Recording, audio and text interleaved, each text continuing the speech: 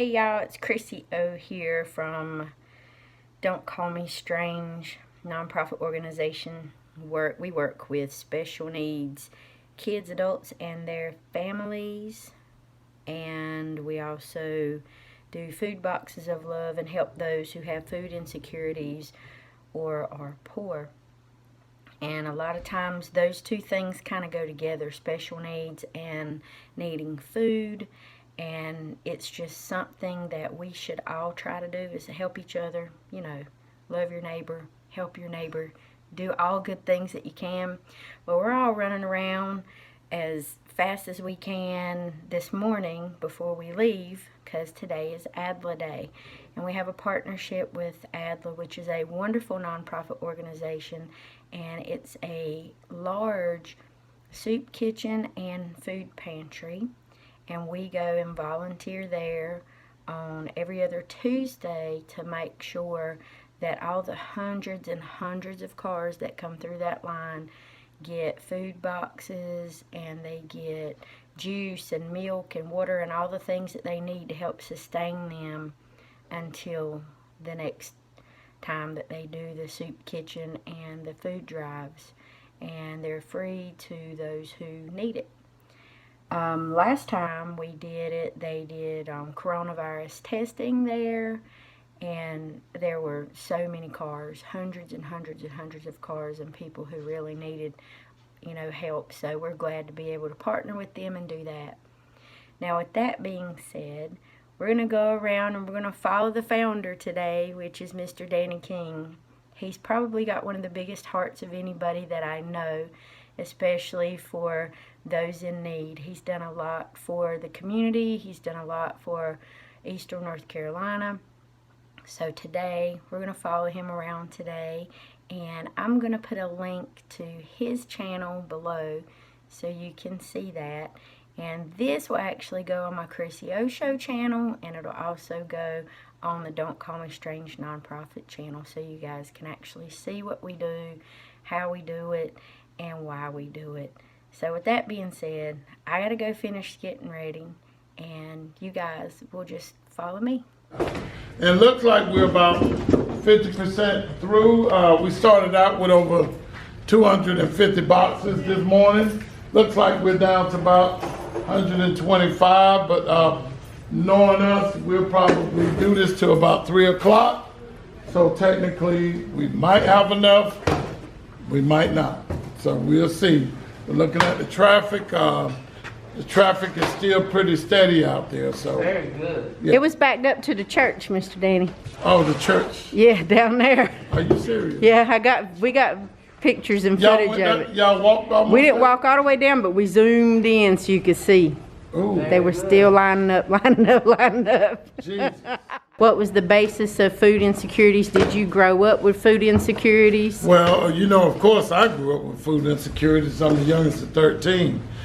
Being the youngest of 13, that's a lot of people to feed at that age, at that process. But, looking at the total picture, I lost my father when I was 5. And even though I had older siblings that moved away to get better jobs to help the family, we still had about 8 to 10 children that my mother had to make sure had meals for, breakfast, lunch, and dinner. So technically, that kind of drew me. And not only that, but seeing how other people stepped in to bless our family when I lost my father, that really spoke volume to the community. And I think from that, being a younger sibling, you get a little bit of everything from all your brothers and sisters. And I think the thing that I took the most was being able to share, being able to make sure that somebody else had besides yourself. So technically, yes, I did. This just really came from the way I was raised. Yeah. Gotcha. And, we started this process. Actually, we do a combination of youth services and adult services. So the feeding process started in 2008 with the soup kitchen. And I think about 2015, we took on the food pantry, but we were already doing hot meals And then 2016, we started the mobile feeding with the food truck, feeding low-income families in public housing neighborhoods. So we have what we call a food continuum, where we do soup kitchen, food pantry, mobile feeding, all in a continuum package so that we can make sure that people are fed. So we have a kind of combination of everything. How many have you fed or do you feed in a year's time? Oh God, I wouldn't even be able to In the thousands? put a number on it. Just when we were doing child nutrition and summer feeding, we were averaging about 116,000 meals just in 10 weeks. So if you combine that with the soup kitchen and the food pantry, I know we've probably fed over 10 million people over the years, and probably on a year's time, probably at least 400,000 to 600,000 people easily. And when you really look at that into meals, because the boxes you see here is generally enough for a family of 4. So even if we do 250 boxes for a family of 4, that's like 1,000 meals. So if you do that a couple of times a month, you're still doing 2,000 or 3,000, 4,000 meals each month. So it's a lot. It's a lot. How often do you feed when you do this? We generally, right now, we're feeding 3 times a month with the intention of probably going every week. We try to feed based on the need, and right now we're seeing more people each week. And I think it has a lot to do with the pandemic and the fact that some of the stimulus packages are delayed and unemployment and all those things. So we're seeing a new type of person get into the lines now.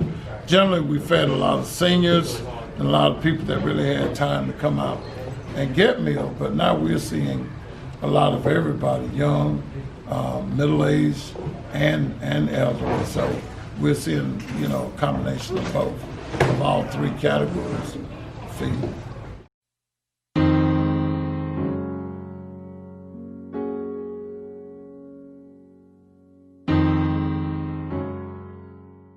Now these boxes that are folded right here, what are these for? They've been completed, yes.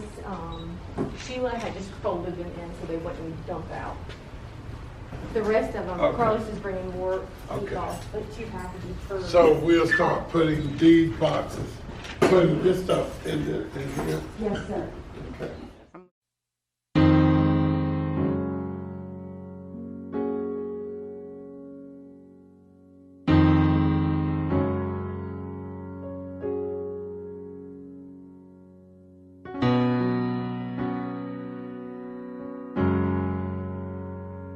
When you can't put your prayer into words, God hears your heart.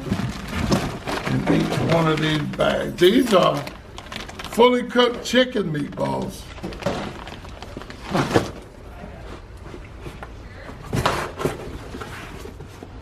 Oh man, these got some frozen turkeys in it, whole turkey breast. That's good there. Turkey breast. Yeah, that's very good. Are we getting low on boxes? Where's that cart? I'll load some up. There, Chicken thighs. Just running outside, he's gonna bring it back. Good deal. Pork sausage.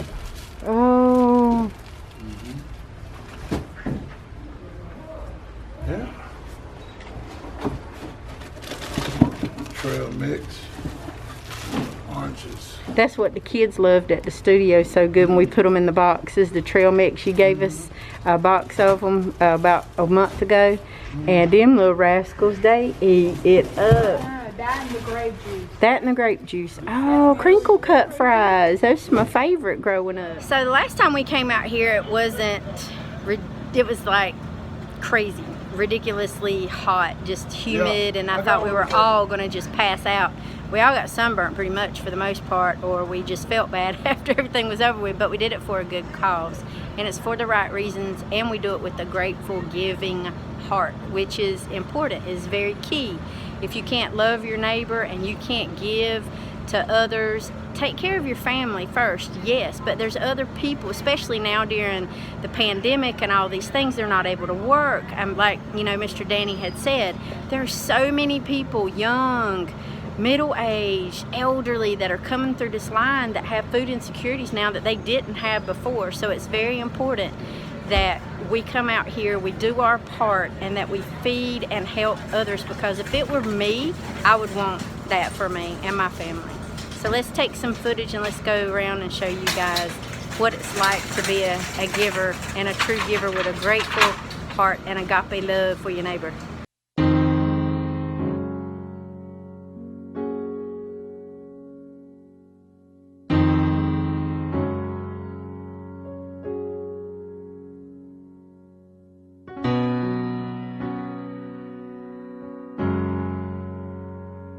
When you can't put your prayer into words,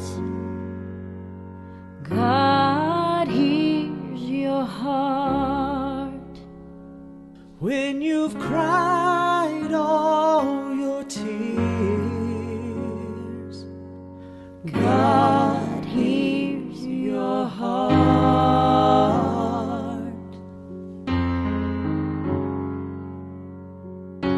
God hears your heart. When you suffer in pain and you can't find relief, when the load is too heavy on your shoulders, God hears your heart. He hears your heart. So as you guys can see, I'm here in a really nice cooler area. This is part of the pantry here at ADLA. If you don't know what ADLA is, then go check it out. It's adlainc.org. They have a wonderful website.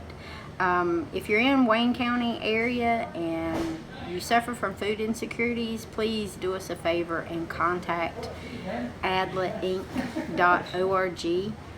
Or you can contact me at don'tcallmestrange.com. If you're in the area, Eastern North Carolina area, in the Wayne County area and surrounding areas, you can see online what and who he serves and how he serves. He serves hundreds of thousands of meals each week, and it's just wonderful that everybody comes together and they all pull together and they volunteer to do this. It's very important.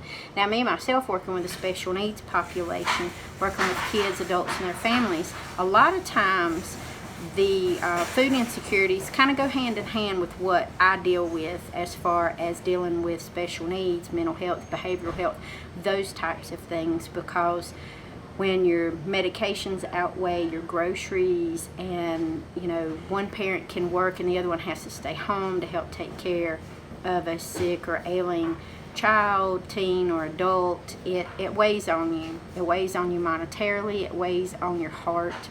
So for me, when we work with these kids and the families and stuff every week, we make sure that they get to go home with a box each week.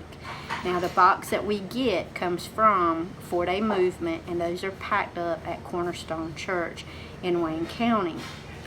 And when we can go and help them, we do go and help them pack those boxes. Otherwise, they bring those boxes to the studio if I'm unable to get there and bring them back. But, we're working with 65 plus families a week that have food insecurities, that they need stuff from us. So it's very important to me that I teach my children and I teach the special needs teens that are able to come with us to work over here and to give back and to volunteer. Because even though you're a recipient of the food, you still need to know where it comes from and how all of these volunteers give their heart and their soul to what they do here with ADLA, and in collaboration with 4-Day Movement and Don't Call Me Strange nonprofit. So it's a beautiful thing, and it's reciprocal. So everybody kind of understands what we're doing it for. We're doing it for the right reasons, and we put God first. So that's a big, big deal, especially for me, working with a lot of these families and the peoples in these cars, and just going up to them and talking to them and just fellowshipping with them and asking them, how are you doing? I mean, we know that the food is going to feed them, but also we want to know if there's anything else that we can help them with, or the resources that they may need. And we've seen some pretty poor and destitute people come through the line, so we're going to try our best to do what we can. And how you can do to help us, what you can do, I should say. It's hot, my brain's a little fried.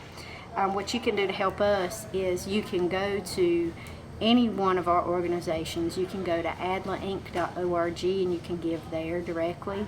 You can go to 4-Day Movement and give there, or you can go to don'tcallmestrange.com and you can donate there. We all have Cash App, Venmo, PayPal, whatever you want to do to help.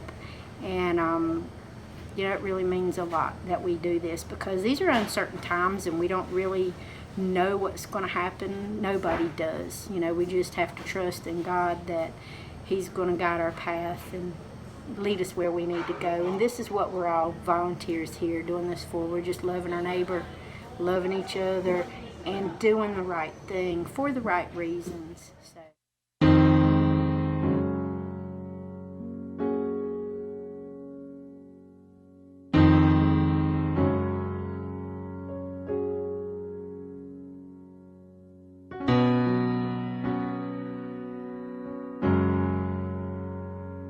When you can't put your prayer into words,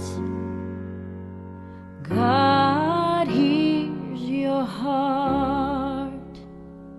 When you've cried all your tears, God